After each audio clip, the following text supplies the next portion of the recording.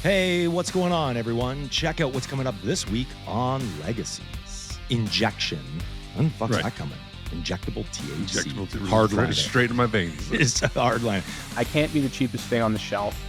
So I have to be the nicest guy on the shelf. I have to treat you the best on the shelf. I love that, man. I love that. The fact that you understand that perspective is miles ahead of where others sit that have 40 years in business. I'd lick the wall if it was on it. Willy Wonka style? Yeah. Schnozberries taste like schnozberries.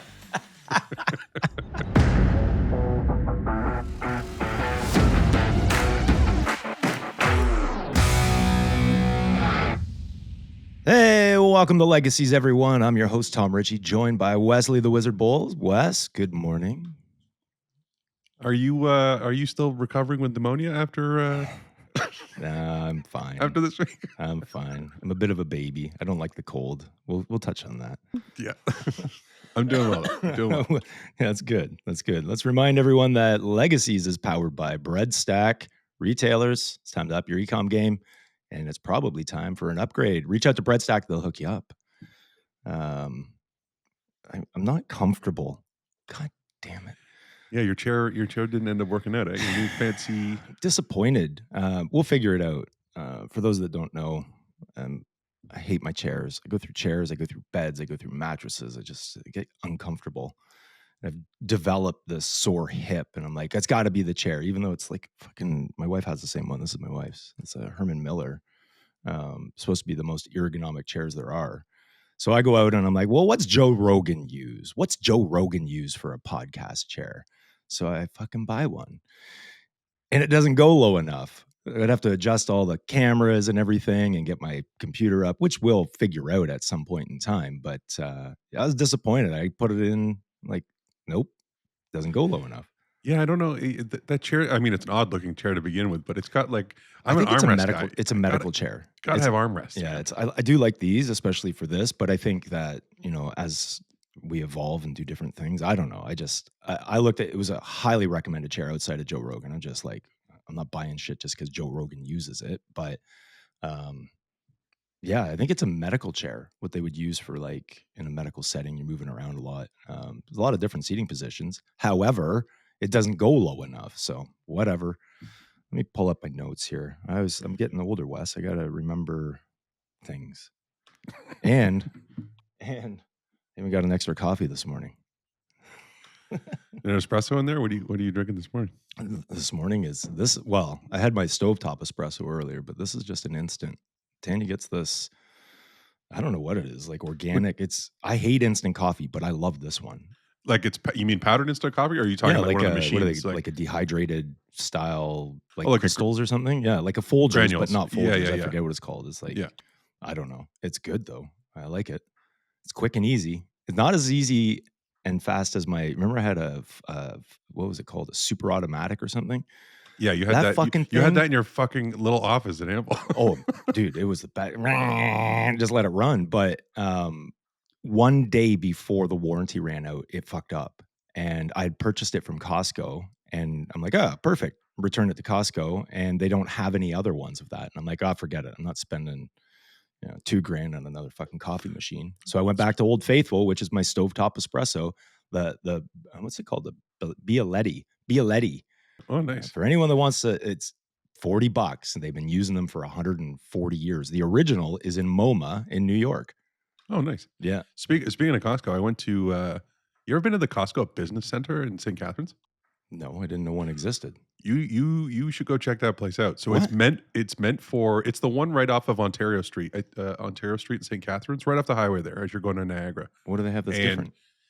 I think it's meant for store owners, restaurant owners, and it's meant for convenience store owners and stuff like that. Like you already think you get bulk stuff at Costco. The business center's got it more bulk, bigger equipment. But you want paper plates? Here's 12,000. Oh yeah, all the sandwich wrappers and stuff like that they've got for like food trucks. But their kitchen and equipment section is fucking awesome. Do they have any like And high-end commercial stuff like Viking or any of that super kind of high-end stuff for Yeah. like flat top grills. I always And wanted something like that, and then I thought, man, the cost, the risk reward. I was there's a lot of money in those, the Sub Z's and stuff like that. I had oh some yeah, friends that had yeah. like the Sub Z, the big double door, and I'm like, you have 4 things in here. What the fuck?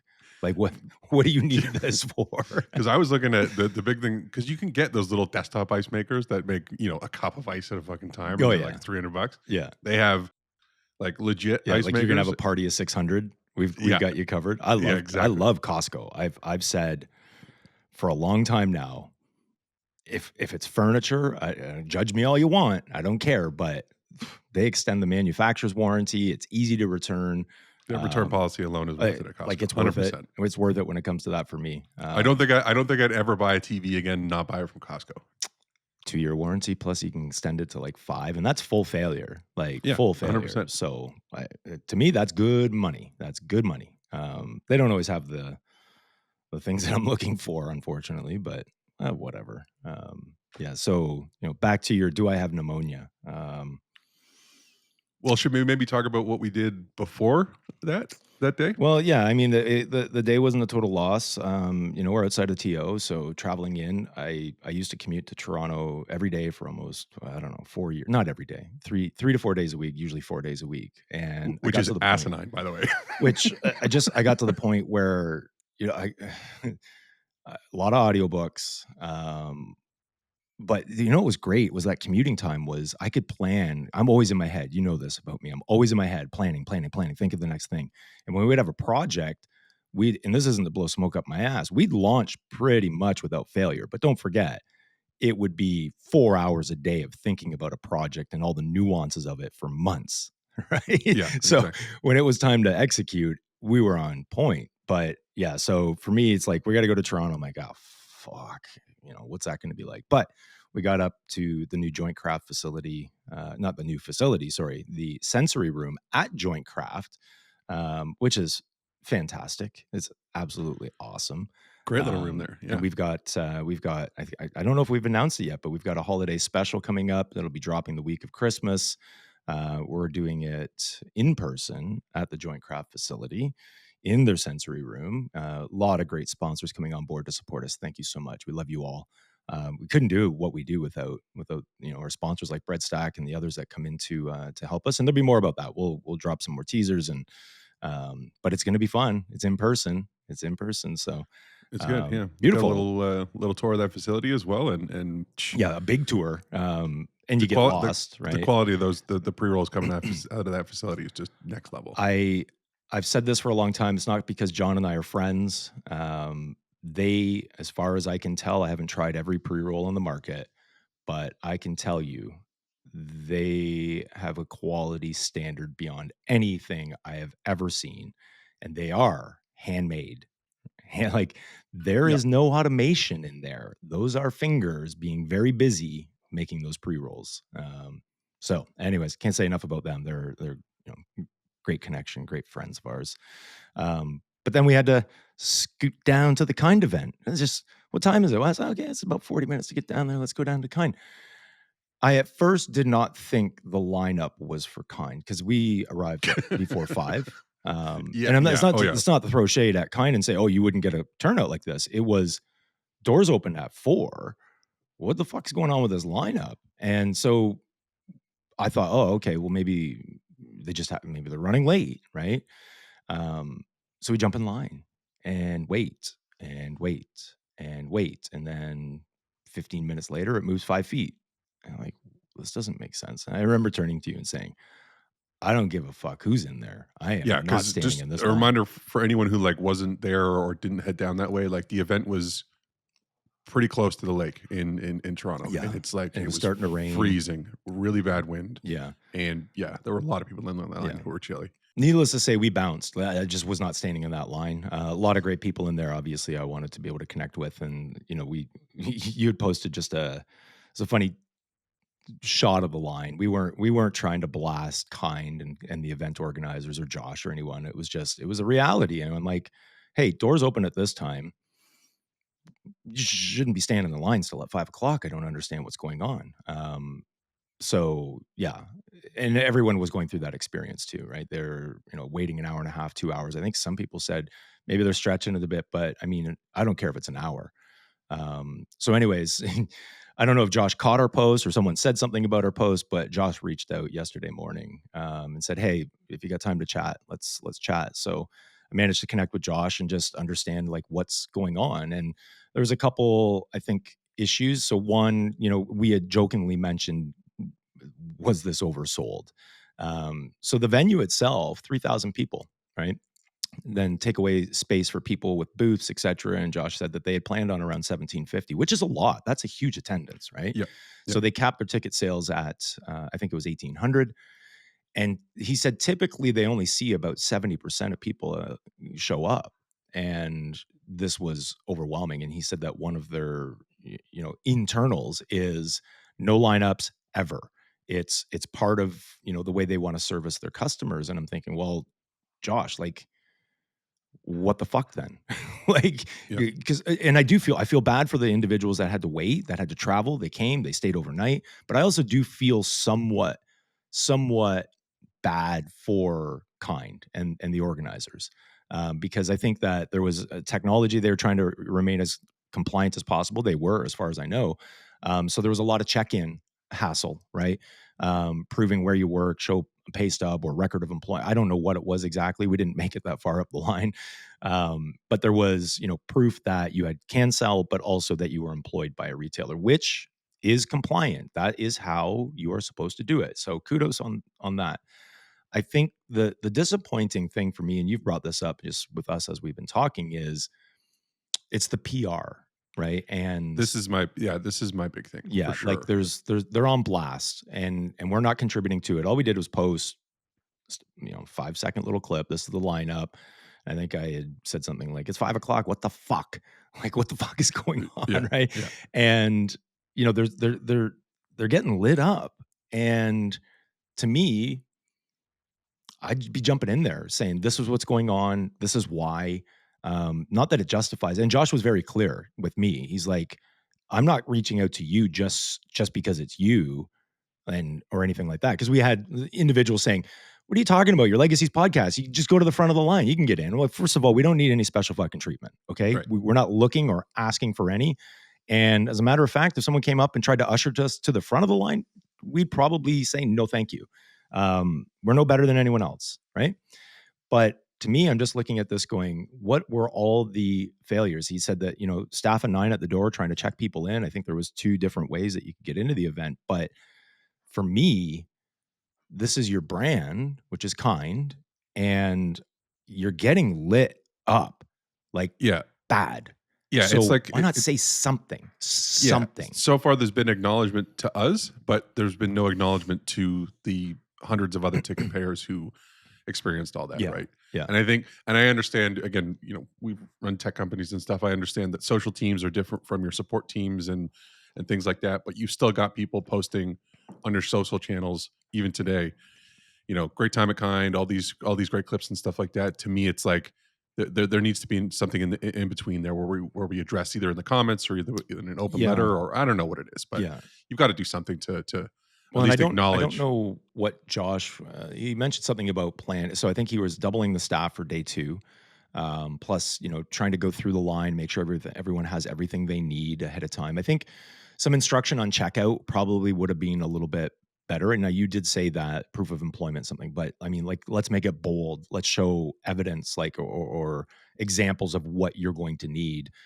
Even Jazz had issues getting in as a retail owner buyer, and I think that was a separate entrance. But he didn't have a business card. I mean, who has fucking business cards these days? He did, so it ended up, he had to prove that he was Jazz and the owner of a retail.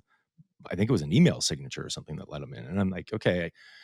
Anyways, I do feel bad. I feel bad across the board for the guests trying to get in and the organizers. Obviously, fucking that sinks and rings deep for me thinking, oh, we have an event coming up. What are we potentially going to fail at? Not going to fail. I'll put that into the universe now. We won't fail.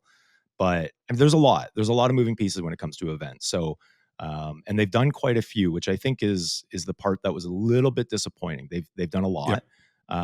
Still love what they do. Obviously, I think it's very necessary, and I do agree with compliant sampling at events. This is how you keep the brands protected, right? There's a lot of shows that just don't do it that way. Well, you'd also raised an interesting question as well about their summer event when they got flooded out. Obviously, that was no fault of their own. The floods happened and they had to cancel some of the day, and all those people that got canceled on got tickets to this event. Yeah, so, I think that's how it worked. I think our question is, is that 1750 that they capped at, including the people that all got tickets from the summer event, or were those additional as well? Yeah, and then there's some questions there too. But rough day for them. For those that made it and had a good time, good for you. I just was not going to stand in line. So, anyways, there's another event coming up that we should mention as well. That is Skankin Base. I don't know much about what this means. Maybe you do.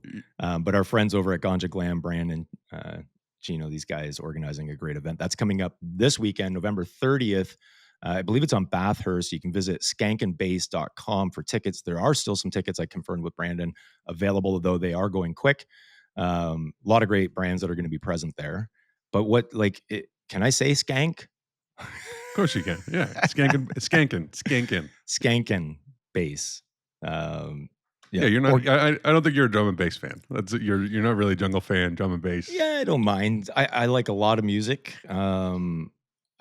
I can't say it's in my rotational on my playlist. If we hadn't just been in Toronto, we would certainly be there. Although I might miss Jeopardy and have to be in bed, so I don't. I don't quite. But for those that are questioning, should I attend? These are the organizers behind Lake and Bake. They put on an amazing, amazing show. They're different, right? It's just different. Different vibe, different crowd. So if you don't get your tickets yet, make sure you get those. There was something yesterday. What was it? Oh, our friend Rob. It seems like we have to mention Rob on every episode. For Rob, our friend. I say friend, although we haven't really chatted too much. Yeah, he was putting Aha and Mendo on blast a little bit yesterday. And I got my back up a little bit at first, and I'm like, okay. So the question is, should cannabis as medicine be boring? Right. Well, so the way he worded it in the post was, is this really? There's a picture of the Aha chocolate rosin cones, which are fucking delicious, by the way, on the Mendo site. And Rob had asked, is this really the most effective way to deliver your medicine? Saying openly he's not a medical patient and he, hopes he never has to be one. But is that really the most effective way? And I think it kind of, I don't know, maybe it's an engagement post. I don't know. It feels like it struck a couple of nerves with some people on, the insinuation that medical anything has to be boring, I guess is how they took it. Yeah, for me, I think it's, we have to understand the context of medicine within the cannabis industry versus pharma and all other, right? The products are almost interchangeable. The fact is, it has THC, CBD, and other minor cannabinoids. It is medicine for those that choose to use it as medicine. It's recreational for those that choose to use it as recreation. What's the big fucking deal? And I think I joked with you earlier and said, when I was young, my mom used to crush up aspirin on a teaspoon and she'd add sugar and I think milk to it to get me to take it. Was it medicine then? And again, I'm not blasting you, Rob. You've got a valid point. I just don't align with it at all. That's all. I'm thinking it's got THC in it. It'd be different if it was something else, maybe. But I mean, in any form, I don't care. THC, CBD. If you're registered as a medical member, I won't say patient anymore, but for someone that needs it for medical purposes, I don't give a shit what form it's in. Yeah, like if you're a vet who needs to take a certain amount of certain dosage daily, why does it have to be? Okay, foreign? so let's argue. Let's argue against that then. Are go bags medicine then? You're fucking right. They are, because they are a discrete consumption method that was developed in order for individuals like vets or others that need medicine discreetly.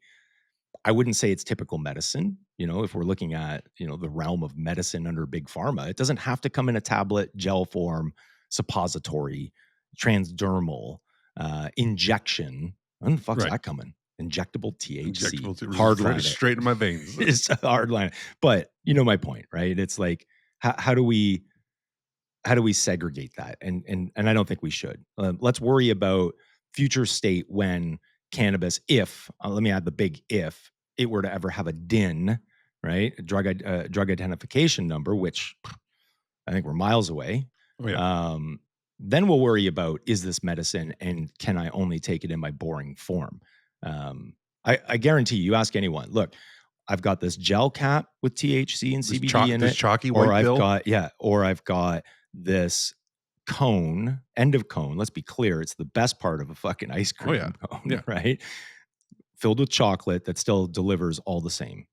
Which one you gonna choose? Yeah, and then tomorrow it's a delicious live rosin gummy, or then the next day, it's the infused mac and cheese. Like, it's it's again, for those that are using it as medicine, myself included in that category. Sometimes I use it recreationally, sometimes I use it for medicine. And there's a multitude of reasons as to why someone would use it medically.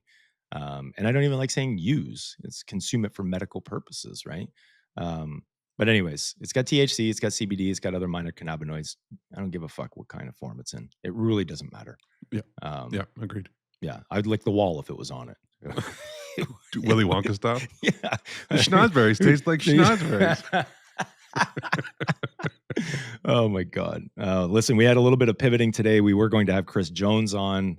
He's in bed with the flu, and he said that he doesn't know if it was from close contact at Kind or what it was. That's not throwing shade at you, Kind. Not in this case. This is just a matter of people around people. That's how shit spreads. So Chris was going to be on. I was hoping to find out all the backstory as to why he withdrew his appeal. So we'll get him on future. I mean, we're booked out quite a bit. Chris, we'll figure it out. But instead, we have Max Walters. And we haven't really interacted too much with Max. I go way back with his dad, Scott. But serial entrepreneur, following in his dad's footsteps and his mom's, from what I understand. But he's just launched Terpi, and he's COO of Big Concentrates and the Big Family and Blaze Ventures, and within that group is John Fowler, and just a really cool fucking group, man. Like they know it, they know what they're doing, they know how to do it. And the fact that, we've got Max, what is he, 25, launching his own product. And this isn't just, Scott saying and Scott doing all the work. No, there's no fucking way. I know Scott. He'd be like, you want to do it? You're doing it all, every single bit of it. And he's been around the family quite a while, like, involved in the cannabis industry since legal age, from what I understand. Plus, that entrepreneurial spirit bug that he would have gotten from his dad. His dad's into fucking everything. But anyways, excited to talk Terpi. To me, this aligns a lot, and I want to ask him about this because, I mean, he's at the perfect demographic with the new entrants coming to market, right? That they've dabbled in cannabis, so he would understand that demographic so well that I think people should be going to him for advice, probably, right? When it comes to, you've got 40-something suits potentially in some of these LPs coming up with new SKUs, new innovation. Yes, I get it. You can study it. But here's someone that is in that category, surrounded probably by a group of friends that understand this as well. I just think it makes a lot of sense. And then we've got Rob Laurie, Ad Lucum, coming on. He's going to help us understand the world of indigenous cannabis and all that when we return. Breadstack e-commerce. It might be time to upgrade. All right, welcome back, everyone. We're joined by Max Walters of Terpi and Big. Max, thanks for joining Legacies, man. Hey, Tom. Thanks for having me. Excited. I've been watching you guys for a little while. I love what you guys are doing. The whole format is great, so really excited to be on. Thanks, man. Appreciate it. As you know, your dad and I go way back, way back. A few blunts smoked in Mr. Prentice's office. Oh, beautiful. When I say few, it was probably hundreds. Beauty. Yeah. Anyways, we're keen to learn more about Terpi. We see that you just launched that, but also, I mean, you're not new to this industry. You've been cutting your teeth a while, buddy. I've been in the background. Normally, I'm behind the camera. I cut my teeth with photography back when I was 15. I think I was one of the youngest people in a licensed facility. I hope Health Canada's not listening. I didn't have a driver's license at the time. So at security sign in, they're like, sure, yeah, come on in. Just give us your ID. And Scotty was like, he doesn't have an ID. So he's got his camera. So that's a fun one we look back on. We couldn't find anything against in the rules against it. So we're like, let's do it. And Yeah. got some Yeah, beautiful that's photos of that interesting. facility I've never when it really was dug still, into that. Yeah, That's cool. That's cool. they're And I think security nerds. you did some photography for us at Ample once upon a time, didn't you? I did. I actually took Wes's lovely headshot. I see it's still his LinkedIn photo. There Thank you you, go. sir. Oh, That was the you that did shot the that headshots. lasts some Okay. time. I Yeah, love still it. use that today. I think I have everyone's. Well, I probably shouldn't say that. I still have everyone's on a thumb drive somewhere. Oh my God. I should probably turn that in, That was good fun. or just have some fun with it. Yeah, get into So Photoshop. before we understand Terpi, because I said this to Wes in the pre-show, I'm like, man, if anyone understands the demographic, because there's a big shift of the demographic coming into the cannabis industry, it would be someone of relative age. I mean, it makes sense, but Terpi isn't new, right? I mean, Terpi itself is new, but it's obviously your brainchild. It's something that you came up with and wanted to move to market. But your involvement with Big and Big Concentrates prior to that, let's talk about that a little bit. Let's pump Big a bit, because I don't know if everyone fully understands the concept of all the various SKUs, your distribution, and all the hard work you've put into it under Blaze, right? Yeah, Big is kind of where we entered the market during COVID. COVID hit in around March. I got booted out of school. I was doing my business degree out in Montreal. Shout out Concordia. And so I came home and we're like, let's go at this full time. So we started driving up to Creemore, 3 hours every day together in the car, up at 6 a.m. to wash hash. We were washing by hand the first 2 years. So my back muscles never looked so good. Yeah. 3 to 4 washes a day, 20 to 30 kilos at a time. Oh my God. Just 8 hours a day in a shipping container. And it was honestly great fun, but you really needed some rosin at lunchtime. I bet. And for some do not understand the trials and tribulations of producing anything, right? So I remember the first time I made hash, I got Marcus's bags, the bubble man bags. Classic. I started with a 5-gallon. I'm like, holy shit, I'm going to be here forever, right? And this was my own MMAR grow stuff. And I'm like, hey. So we got the big bags, and I don't know if my partner had ordered Bubble Man bags, but they were the big, 25-gallon ones you can't lift those fuckers out of the bag. So we ended up having to get a chain fall and everything. And then trimming, right? And trimming. I mean, if you haven't spent your time on an upside down 5-gallon bucket trimming for 72 hours, you have no idea. Everyone thinks it's just, these products and everything, but there's so much involved that go behind, right, to make those products come to market. What was that success like, though? I mean, when you guys first entered, you came in with a bang, right? Like big hit. There was a lot of failure and a lot of success. If you're at all familiar, or anyone listening is familiar with the solventless washing process, it's very nuanced. It's almost like an art, really. There's so many ways to do it. There's so many ways you can approach it, and we had to learn it all from the ground up. So we made a lot of terrible rosin and terrible bubble hash before we decided to put anything in those blue bags. But it was great. Yeah, we went through a lot of R&D. There was really not a lot of solventless on the market at the time. I mean, there were a couple other offerings out there, but we really wanted to do something really completely by hand, very, very artisanal. We're not concerned about the scaling of it at the time, or about, is this going to be a super profitable thing? It was just like, let's make some really good rosin that we really want to smoke, ourselves with our friends and the people we're making it with. And that ended up working for us. We achieved great success in the first few years before, the compression of that kind of solventless market came. Yeah. And I think we were like the number 2 rosin for a while. Wow. And like up there in the top 3 concentrate producers in Canada for the first year or two of 2.0. That's cool, man. Fuck. So it was a great place to cut our teeth. It was a great place to establish like a quality focus for Big.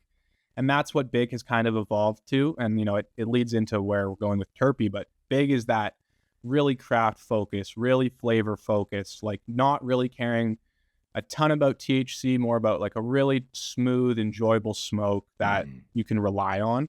Yeah. And that was, you know, made by a family team, made by like 2 guys, or made by a family outfit growing the flower out in Quebec or whatever. So it was a great way to kind of to learn the market and to grow. And we eventually did have to pivot to a little higher velocity stuff, you know, when the prices come down on rosin. We loved making it, and I still do.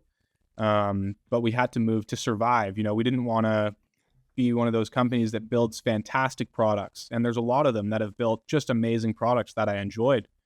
But they're not around today for any number of reasons. I'm sure have already been explored on this podcast.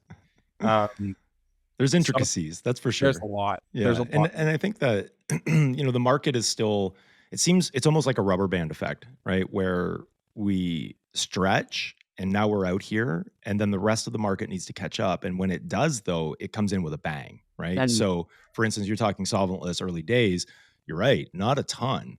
But in order to survive, right, it's still, you want that craft appeal. And for those that don't understand Blaze Ventures, you've got John Fowler and Scott and yourself and a bunch of other great people on the team. But that's I the whole know, team. That's basically it. Right. But yeah, it is. So there's 3. But I know the affinity for good quality product that comes from this team, right? So I would assume scaling up is not the scale that we see, you know, I don't know, the big pure sun farms of the worlds and that sort of thing. It is still trying to keep that craft, you know, family feel about the products and the brand itself, which you can tell. I mean, for anyone that's ever consumed any of the big hash, like, come on. Thank you. We got some of our new blueberry. Oh man, 4-gram blueberry. Wow, I saw that. One of the biggest balls in Canada, as Scotty likes to say. Yeah, we got the biggest balls. Yeah, I've seen it. I've seen it. Great. Well, let's touch on that for a minute, Max, before we head into Terpi, because I mean, you guys have done really well with the branding, and then the branding gets you so far, but then it becomes, we joke, right? We say a lot of the bigger companies or those that are just distracted, they will put out a few SKUs, call it 5. They high five because they get distribution, and then they're back to make new SKUs. And we're, as a media and marketing company, we're going, holy shit, like your job just began. Why don't right? you like now use a little bit before you go and blast out like 70 new submissions? Yeah. I mean, it's tough. I understand why, especially when you have large shareholders involved and, you know, board of directors and they're what's next. And for some it works. Like I look at Canara, right, you know, Nico and these guys, like they get it, right? They're testing the market. They're trying to saturate, they get mind share with the consumer. But you guys have done a phenomenal job with the marketing. Tell us where that comes from. Well, yeah, I mean, that's that play works great for some people. For us, we have no investors, we have no shareholders, we have no board. There's no corporate aspect. It's totally up to us. So that's let us kind of be light on our feet. You know, and mandates us to be light on our feet as well. We don't have you know, a team of 5 people to do, you know, just one of our jobs, right? I mean, that's been one of the struggles, I think, and a lot of other small teams can relate, is like having to wear 5 different hats and be really good at all of them, like as if you were you know, normally have a whole team dedicated to that role, but you're that role and 5 others. So choosing where to put your time and choosing, you know, what can I focus on?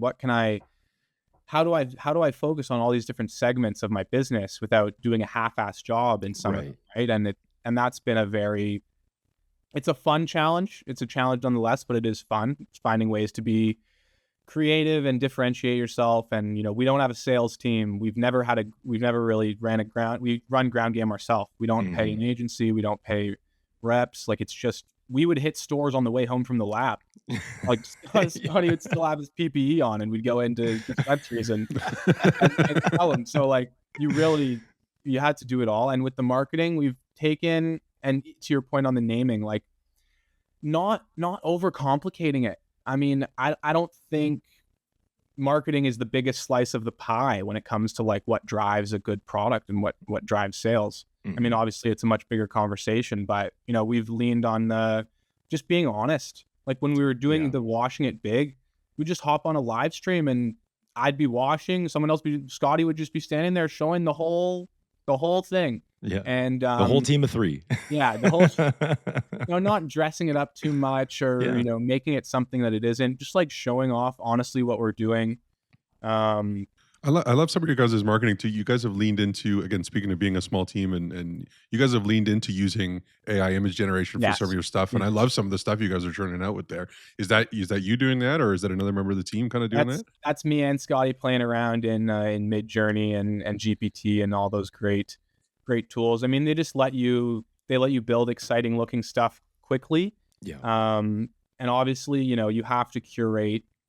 You know, we could maybe do a little better job of curating the AI. I'll be honest. Like, you don't necessarily want everyone to know you use AI right away, but for a small team, it's a fantastic tool. Yeah. You guys have done a good job with it, though. We've seen somewhere it just gets put out, like, you know, first sketch type of thing. And we're like, what the fuck? But no, you guys have dialed it in. But again, you know, back to each individual is wearing 5 hats, right? Like that's startup mode, right? In the grand scheme of things, that's startup mode, which is you bring a ton of different skill set to the table. And when you don't have one, you fucking figure it out. You learn. Like you have no choice. It's learn or die, right? And I think that's where, you know, for us, I do have a question though, so, you know, obviously the market dynamic and the way that we sit right now is very much geared towards, you have to market to your retail, your bud tenders, you need to get that distribution. But you guys seem to have done a decent job capturing the consumer as well. And is that because you're telling that story of it's a small team, small family, you know, our hands are involved in this, or is it the branding itself and the fact that the bud tenders, et cetera, want to get behind BIG as a company? I think it's a bit of both. We've had a lot of success at an organic level because we are very personal. You know, if a customer reaches out, like they'll get an email back the same day from me or from Scott. Like they're not going through a rep, they're not talking to a robot. And we'll replace, like we have a same day. If you buy a product from BIG, I don't care what store you bought it from, I don't care where you bought it, I don't care how much. If you email us and you're like, dude, my cart clogged, I'm going to send you a new cart. I'm going to talk to the store that day and either get you a refund or get you a new product. And just no bullshit, no 6 months back and forth with the QA team, like none of that, just simple, like right away. So that I think people appreciate the human aspect. Let me tell you how important that is. This is one of the areas we've dove into for a long time. As you probably are aware, Wes is huge in customer support, probably one of the most astute executives I know when it comes to customer operations and serving a customer. There's been times we've just tested, just to see. Let's call the number, let's email the brand. And it's fucking crickets forever. And I'm thinking, like, if I was a customer that just had a bad experience and I've gotten nothing back from you, I'm moving on. Oh yeah. And we know, well, that's it, right? And I think the part of the challenge is, you know, like retailers sometimes they're like hands off. I've been in a store where the bud tender gave the wrong product to a customer, and they were coming back in to say, listen, you gave me the wrong product. They wouldn't return it. And I'm like, what the fuck? I get the regulations, but like, come on. Good luck. You don't have to do a proper return. Just buy them a new cart, man. Buy it for them. That's it. I mean, it's coming out of your bottom line, but at the same time, you've won over a customer that is going to probably be repeat. And we know that there's not a lot of loyalty in the cannabis industry because there's just, it's SKU saturation, right? So, you know, the fact that they're going to get a response back, you're going to figure out whatever that means is to solve the problem. Then you deal with Health Canada. Then you deal with the AGCO or BCLD or whoever you need to deal with later. But I mean, you're not doing anything wrong by making a paying customer right. I mean, there's nothing. Try and argue that one off, right? Like, and obviously, you know, we know the rules. Like we're not breaking any exactly. laws, but I'm not gonna let someone who just, you know, worked all day, spent a quarter of their day's wage or more on one of my products, and then gets home and can't smoke it. Like I've been that guy. I worked at a dispensary for 2 years during COVID at the same time as as when we were in the lab. Like Wow. I've been very blessed to be able to spend, a good bit of time in every like segment of the business. I've been the guy in the store. I've been the guy behind the counter. I've been the guy making the stuff. I've been the guy for like packaging up the product. Like I'm very happy for it. I've been able to do everything from like take out the garbage in the lab, scrub the floors in the lab, actually run the lab, package the stuff, be the guy on the packaging line, sticking the excise stamps over and over again all day, trying to compete with your buddies, like who can stamp more bags. Yeah. And now I get to be the guy building the products and talking to customers and talking to people like you, like trying to figure out what do people want, like what will make them happy. And if I can't beat you on price. We don't own our means of production. I don't own a grow. I can't be the cheapest thing on the shelf. So I have to be the nicest guy on the shelf. I have to treat you the best on the shelf. I love that, man. I love that. The fact that you understand that perspective is miles ahead of where others sit that have 40 years in business. Okay. Like seriously, like I'm serious. The fact that you've had that hands-on experience, that's invaluable. Right? It's a blessing. A blessing. Yeah. So that leads me to, let's understand Terpi and the launch of Terpi and what was it you wanted? Did you see an opportunity, or you're like the whole time thinking, I love this. I love Big. I love everything I've contributed to this, but I want my own thing 100% mine. I get there's family. I get, there's a group involved, but this is your own brainchild. This is understanding potentially a gap or working towards that segment. Where did all that come from? I think, I have just as much personal association with Big as I do for Terpi. I've been there since the first day on both brands. And it wasn't really an ego thing. Like I need my own brand. I want to be my own owner. I wasn't really any of that. I was the wizard behind the curtain. So if anything, that'd scare you away. It a little bit. I like to be behind the scenes. I haven't ever done much, personal posting and stuff about the brands. Like I like to just be there and work and be the guy taking the photos or doing the video. But the time has come, and just cover your THC symbol. Yeah, exactly. Terpi was it's more of a differentiation play and being able to rebuild a brand and rebuild the structure of how the product gets built a little bit.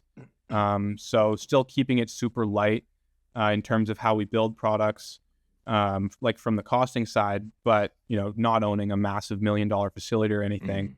But being able to answer some stuff like with gripes I've had with my own products and gripes with products as a whole is like, put the strain on the front of the bag. Put the terpene content on the front of the bag. Put the package date on the front of the bag so that I don't have to turn this over and read through and get a headache trying to figure out like how fresh this product is or how terpy it is, no pun intended. But little stuff like that, down to being a little more like being really strict on the hardware, like making sure the right hardware is right for this input material, making sure it's not set at too high of a voltage so you get halfway through a cart or you're taking a big like blinker on it and it burns. Right? Like what? So just being able to be more strict and being able to offer, most importantly, a differentiated, more approachable product than Big. And Big has always been that top shelf. Like if you want a vape that tastes like weed, you don't want it to taste like a nicotine vape, you want a really good quality solventless product, you can always go over to Big and be confident that's what you're getting, but you have to pay for it. And I get it, since we can't be like we talked about, we can't be the cheapest on the shelf. That just rules out some people being able to enjoy our products. So Terpi is a way to be a little more approachable. I like that. So, priced really aggressively. I'll be honest, not making the most margin, but I wanted to be able to hit, like give you a live resin vape in the $40 range. Wow. And make it an all-in-one, so you don't have to go spend $20 on a CUDA battery or whatever, Right. Just reducing and live resin, obviously not distillate, Yeah. because I want to be able to convert like the distillate enjoyer who's used to paying that like $30, Mhm. 35 for 1 gram, spend an extra $5 and try live resin. Yes. You know, Yes. like just Yep. give it a try. Give it a try. Mhm. Like, and it's great for the customer. They're going to get more bang for their buck. The high is going to be better. It's going to be a more complete effect. My retailer is going to make a couple extra bucks so they can pay their rent and keep the doors open. Yeah. And I get to show people the benefits of live resin without trying to sell you, a crazy extract product on its own, which you don't know how to smoke. Like it's Do you see Disty still in the market in the vape category in the future? You think it's still going to be there? it'll always be there. Yeah. But we're already seeing a shift in buyers from like distillate cart buyers to live resin. Yeah. And a lot of retailers are making that push as well Mhm. and saying, hey, like you're going to get a better experience. Like you're Right. going to enjoy this product more, even if you don't know about it. But like, So you think most of that's coming at this point from from the bud tender or the retail side, or is it friends speak to friends and they experience, let's say Terpi in this case, and they're like, holy shit, live resin, I only paid an extra $5 to $10 for this. and it got me My way high is longer. I'm not saying all Disty gives everyone headaches. It does me. Yeah. But it's a better high, longer lasting, better effect. Not to mention the come down after. Like it's not Yeah. nearly as Huge. bad. Yeah. Yeah. You just go to sleep instead of getting grumpy. It's a lot. Yeah, exactly. Like, it's a better but feeling. yeah, I so think it's coming from all angles, Tom. I think Yeah. people are awakening it to themselves, and importantly, our retail people are teaching them, because a lot of customers, a lot of them are informed. They already know what they like, but a lot of them like the whole product, the problem of choice. You have 600 SKUs to choose between. Yeah. Like you need someone who's smoked a couple of them to guide you Right. in the right direction. Like my Ryan, I was a bud tender at Edition during COVID as well, down by St. Clair. If now closed, but my manager hated it. Bless his heart, Ryan. But I wouldn't sell anything I hadn't smoked, and that made him unhappy sometimes. But customers always loved it. They always came in happy. Well, they do ask, right? Like everyone thinks that, the bud tender is only going to influence your opinion and what's, ultimately giving your cash for. But at the same time, like I've been there. It's like, have you tried that? Like that looks really interesting. Have you tried it? Has anyone in the store tried this? Right? Like it's like, because you want to understand what that is without the kickbacks, without the spiffs and the riffs and all that shit that goes on. It's just give me your genuine input. Have you tried this? And there's been a couple bud tenders like, yeah, I'm supposed to sell this, but this one here was way better. Yeah. So there is influence there, right? And I think that we had posted as fuck. We do these quote posts on the weekend usually, and we'll pull a quote. Yours will come, my friend.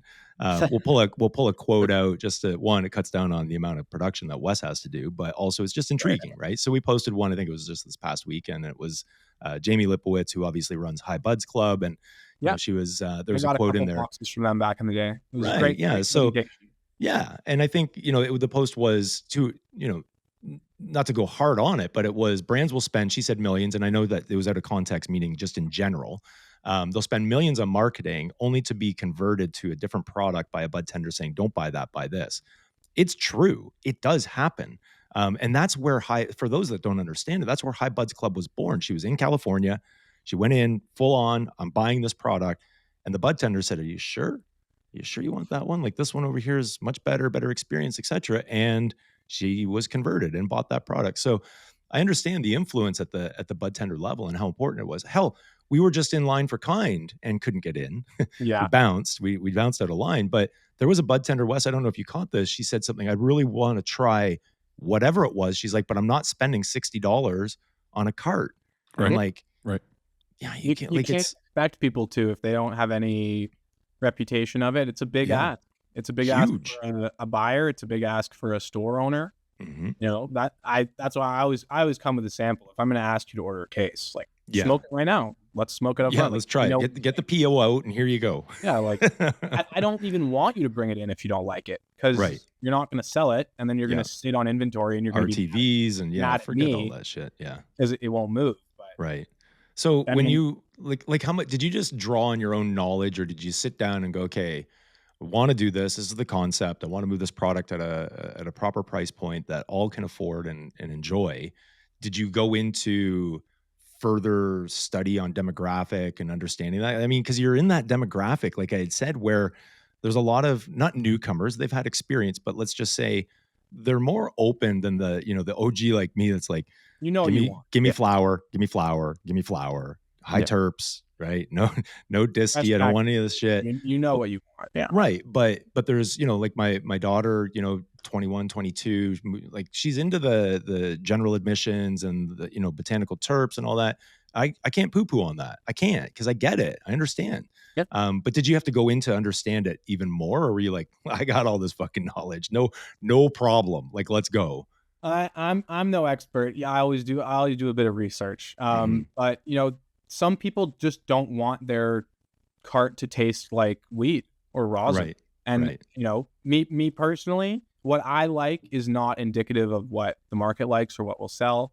And I want live rosin or resin. I want it to taste like weed. Mhm. That's just me. But there's plenty of people out there, and I can't let my own bias cloud that. There's a lot of people out there that don't want it to taste like weed. Yeah. Maybe they want it to taste like their nicotine vape. Maybe they want it to taste like candy. Yeah, that makes sense. I'm not gonna tell you what's good or not. Like, that's up to you. Well, and I think you're similar to me, right? Like, I love the taste of weed, period. Where but my that's wife, when I me. give her oil, she's like, "Ugh, God, Yeah. it's horrible. And I'm like, what are you talking about? This is the best taste in the world. Full spectrum, bro. Come on. Yeah, But exactly. that that was our approach. If you want a vape that tastes like weed, you go buy the big vanilla. You go buy the big cherry.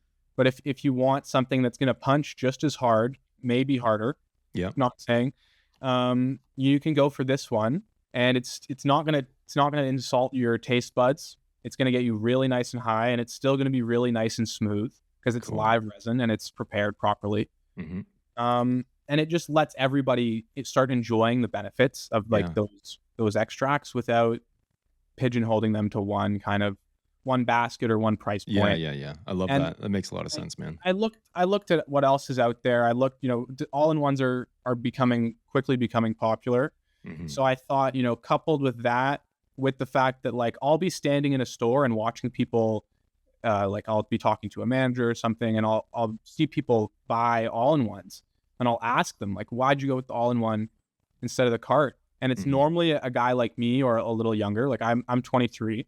So it's normally a guy my age or younger, normally younger in my experiences. And they're just they just don't want the hassle. Mm. They just don't want the hassle. Maybe they don't have a battery. Maybe they're tired of charging it. Maybe they want it to be more discreet. I mean, Yeah. any number of reasons why. But it all kind of came together to make a very accessible, live resin product. You can go in right away. You can smoke it. There's no heating up the banger. There's no buying a rig. There's none of that. You don't even have to buy a battery. So Wild. The disposable market scares me a bit, and only because of the environment, right? Like I see it as there's a lot. I know there's a lot of innovation happening now around this, but yeah. Anyways, we'll go on that. So tell us about all the various SKUs that are launched now under Terpi, different flavors, et cetera, et cetera. So Terpi, we started simple. We're just putting out 2 different flavors of live resin vape Mhm. and an infused pre-roll. The vapes are like a purple haze and a berry blast. So the Nice. purple haze is it's a creamy kind of grape soda Okay. profile. That guy's at 11% terpenes, Wow. both 80% plus.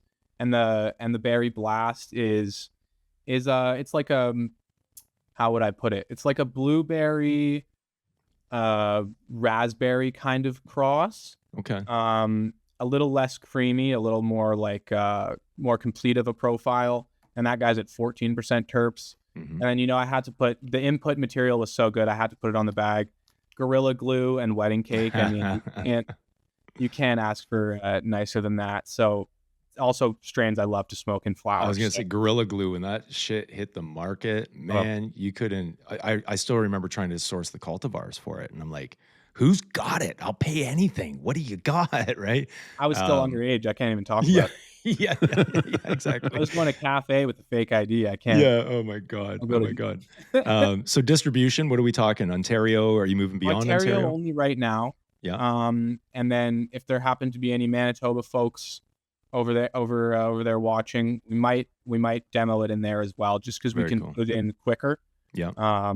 And maybe it'll do well. Help me move some inventory so I can order some more vapes and make them even better. You know, I'm always planning on, like, every run we do small runs. Okay. One, I can't afford 100,000 vapes. Yeah. And two, if they aren't perfect, I don't want to be stuck with them. Yeah. So they're,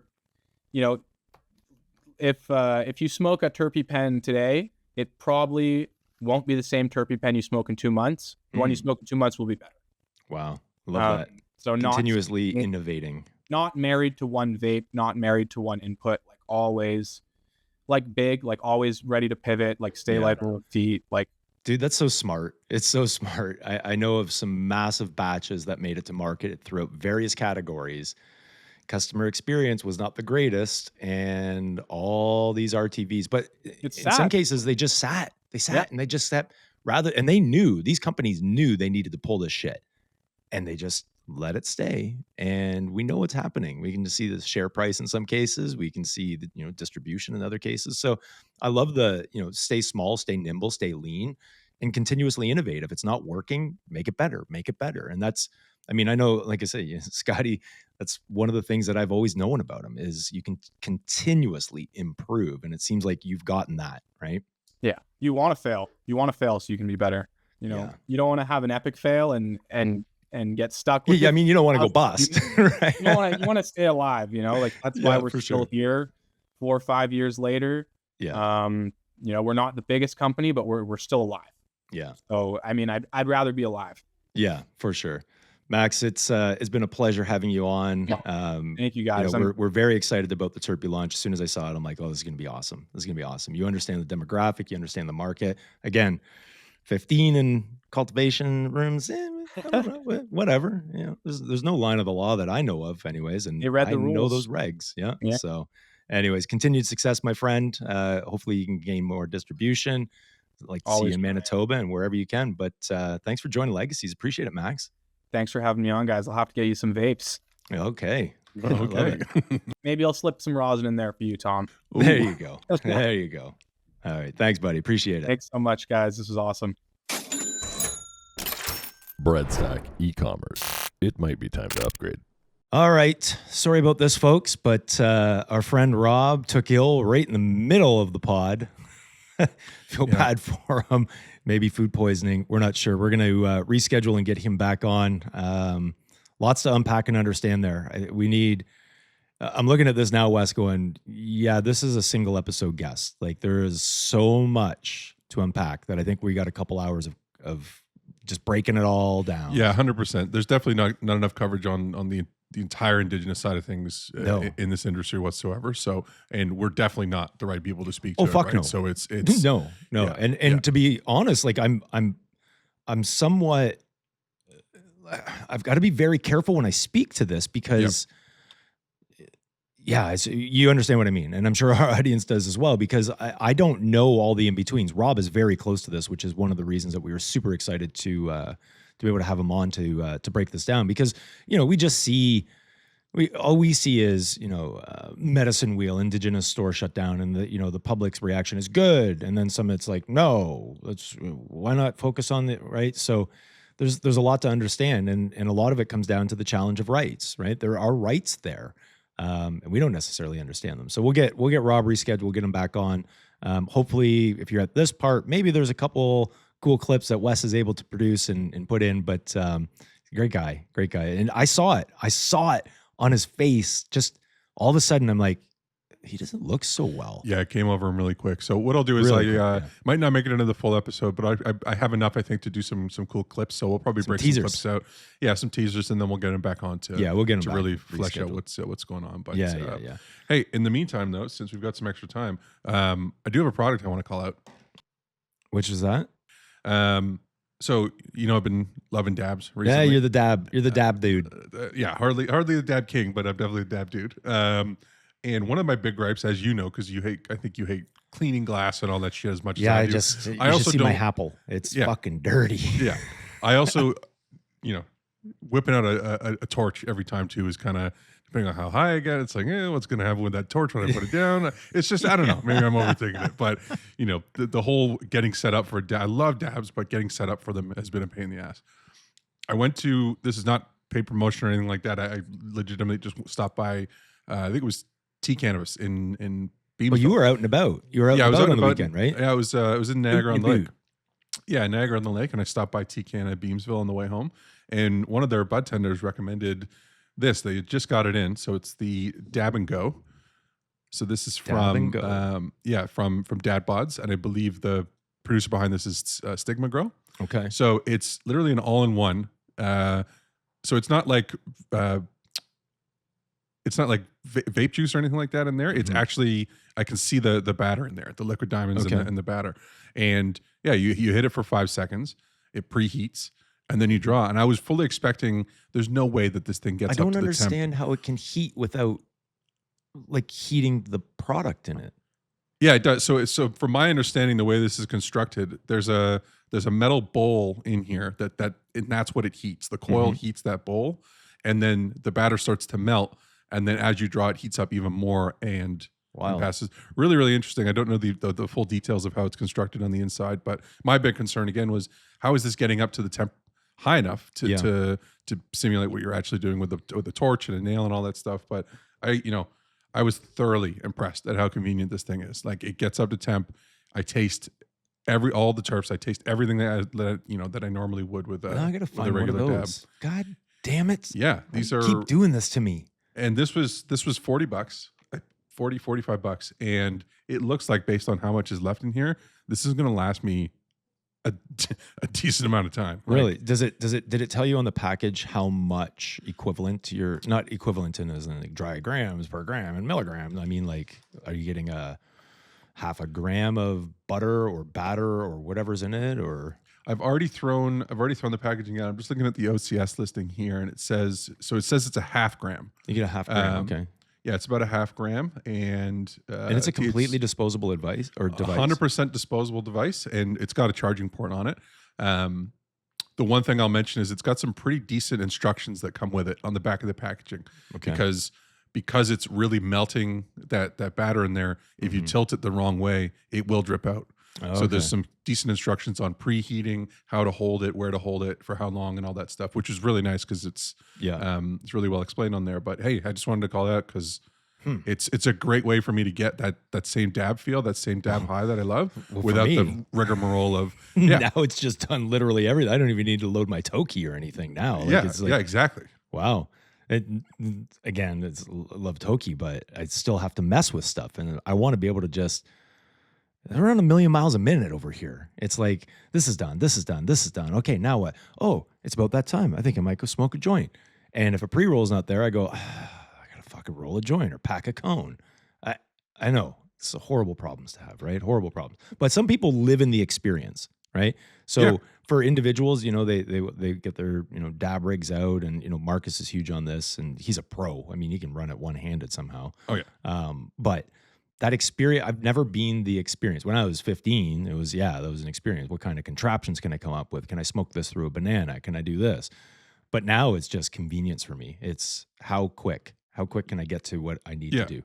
And I'm that type too now, that I find myself, whenever I'm in a dispensary, I'm looking for not just new products. Like, I'm looking for new, like, that's completely different. What is that? Yeah. Like, I haven't seen that, obviously, but I haven't seen. Are there others doing it? Because that seems fairly. If there are, I have not seen them yet. It was only because the reason I was in there, again, I went in because I didn't have a dab rig at my girlfriend's house. So I stopped by just to, I originally intended to go in and talking about the persuasion of a bud Find tender. some glass tips. I did. I went in to find give me a cheap dab brick, something cheap. I don't mind if I break it. I just want it separate just so I can have it at her house when I'm there. And she said, "Hey, have you tried this?" And I was like, "No." And all of a sudden that bud tender had diverted me from buying glass to this product. And I can't remember your name. I apologize, whoever you were at TCAN, but thank you for the recommendation. Definitely we'll probably love buy I love when a good recommendation hits. That's always nice. Always nice. Absolutely. Yeah, I think it's difficult because we catch a lot of the innovation, right? And in this case, like getting it firsthand from a bud tender is obviously awesome. But there's so much innovation to come yet, and I don't even think it's in our current consumption methodologies. It's outside of that. I meant to ask you, speaking of innovation, did you end up trying that coffee drink from 7 Acres? There's so a huge coffee fiend, really. And I'm always, for me, beverages, live rosin, please. Hash. Sheesh, love them. I've tried others. I keep coming back. It's, again, no offense to anyone that creates or makes anything outside of that, but one did catch my eye. So I always check the cooler in my chosen go-to dispensary. And they always have it in the same spot, right? And I can tell just with first glance, I'm like, fuck, they don't have any. And Sheesh is re-upping. They're changing a lot of things, and they're going to be able to supply, en masse, I think, throughout Ontario especially, and beyond. But I saw one, and I'm like, cafe? Okay, we'll see. So I looked at it, and I picked it up, and I was surprised at first it said live resin, right? And I'm like, oh. Yeah. Okay, I didn't know there was very many on the market. I know Dabble is doing one. I don't think that they have distribution in Ontario, nor knowing Alana, she probably doesn't even want distribution into Ontario. But yeah, it caught my eye, and I'm like, I'll try it. I haven't tried it yet, but that's put out by 7 Acres, which is Tweed Canopy, and I know there's been a lot of controversy of the re-up with Canopy. I can tell you, I've tried some of the flour that came out of them from them, and it was decent. So I don't know what they're doing. I've been back and forth with I forget who it was. I forget. They're doing product innovation and some other stuff over there. But anyways, I'm gonna try it. I will report back, and I'll report back if it's good. If it's bad, you just won't hear about it anymore. Well, if there's anyone who's going to judge a coffee beverage, it's going to be you. But I think we had some questions over, how much caffeine can that contain and all that other stuff. I wasn't aware of that regulation. What was that regulation because we talked to Matt the other day about this. There's a regulation related to the creamer, or if you have creamer in it, there's a certain amount that you can have. And it's the same with caffeine, I think, as well. They can only have up to 30 milligrams of caffeine, I think something like that. Something like 30, So, and the pH of the water that goes in there too. Yeah. And there's so much complexity around what is allowed and not allowed in the beverage space. And I didn't know until we dug in with Jackie and Matt. And I'm just like, what the hell? And actually, it's when we're talking innovation, because Jackie comes from that world of Bev Elk, and her and Matt formed Sheesh, and then their foray into the Bev side of this industry. I had jokingly asked Jackie way back, I'm like, have you considered a wine beverage of some sort? Obviously, it can't have alcohol in it, but and then Jay from Mendo sent me a photo of one. There was one launching. I forget the name of it. Did we mention this already? Have we already? No, you sent me the link to that. So it's a de-alcoholized that was it. Yeah. Wine. It's CBD product. Midland, Ontario, I think they're coming from. And I apologize, I forget the name. Maybe you'll find it posted in post-production. But Jay's like, what do you think of this? And I'm like, sold. I'm sold. Yeah, he's like, that's it? And I'm like, I was just talking to Jackie about I just look at more functional beverages, and when you can lean into the cannabis industry more, it just hits for me because, I don't consume a lot of alcohol.